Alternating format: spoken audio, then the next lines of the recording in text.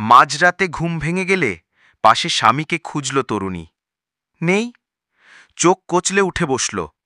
ওয়াশরুমে, ব্যালকনিতে, না পেয়ে কিচেনের দিকে হাঁটা ধরল।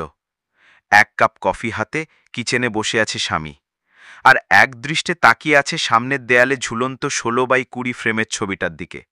চুপচাপ, গভীর ভাবনায় নিমজ্জিত। তাদের স্বামী স্ত্রীর হাসিমুখ দাম্পত্যের যৌথ ছবি ওটা। পেছনে দাঁড়ানো স্ত্রী লক্ষ্য করল স্বামী চোখ মুছছে। সে বিহ্বল হল। কি হয়েছে তোমার? এত রাতে এখানে যে? কাঁদছ?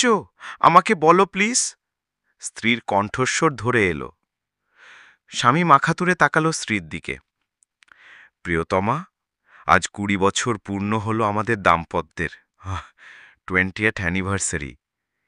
স্ত্রী বিশ্বাসই করতে পারছে না স্বামী এই তারিখটি মনে রেখেছে, আর দিনটি স্মৃতিচারণায় অশ্রুসিক্ত হয়ে আছে।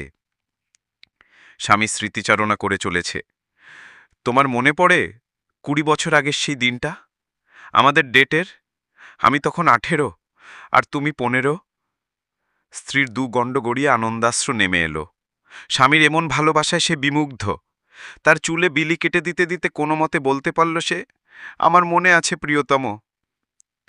এবার স্বামীর কণ্ঠস্বর লাজুক শোনালো খানিক। তোমার মনে আছে গাড়ির পেছনে সিটে আমি তুমি কি অবস্থায় ধরা পড়ে গিয়েছিলাম তোমার বাবার হাতে সেদিন?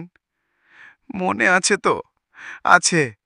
স্বামীর পাশের চেয়ারে বসতে বসতে লাজে লাল হয়ে ফিসফিসিয়ে বলল স্ত্রী।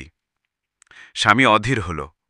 তোমার কি মনে আছে তোমার বাবা ও সময় আমার কপারে তার দোনালা বন্দুকটি ঠেকিয়ে বলেছিল, হয় আমার মেয়েকে তুই আজই বিয়ে করবি, নয়তো অপরিণত বয়স্কাকে ফুসলানোর দায়ে 20 বছরের জন্য কারাগারে ঢুকিয়ে দেব তোকে?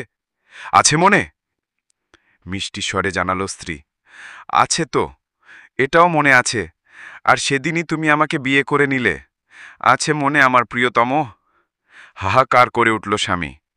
অঝোর চোখে জল মুছতে মুছতে ডুকরে উঠল সে। হায়, আজ কারাগার থেকে আমার মুক্তি পাবার কথা ছিল। তোমাকে বিয়ে না করলে আজ আমি জেলখানা থেকে মুক্তি পেতাম। বন্ধুরা, গল্পটি ভালো লেগে থাকলে লাইক, কমেন্ট ও সাবস্ক্রাইব করবেন। ধন্যবাদ সবাইকে।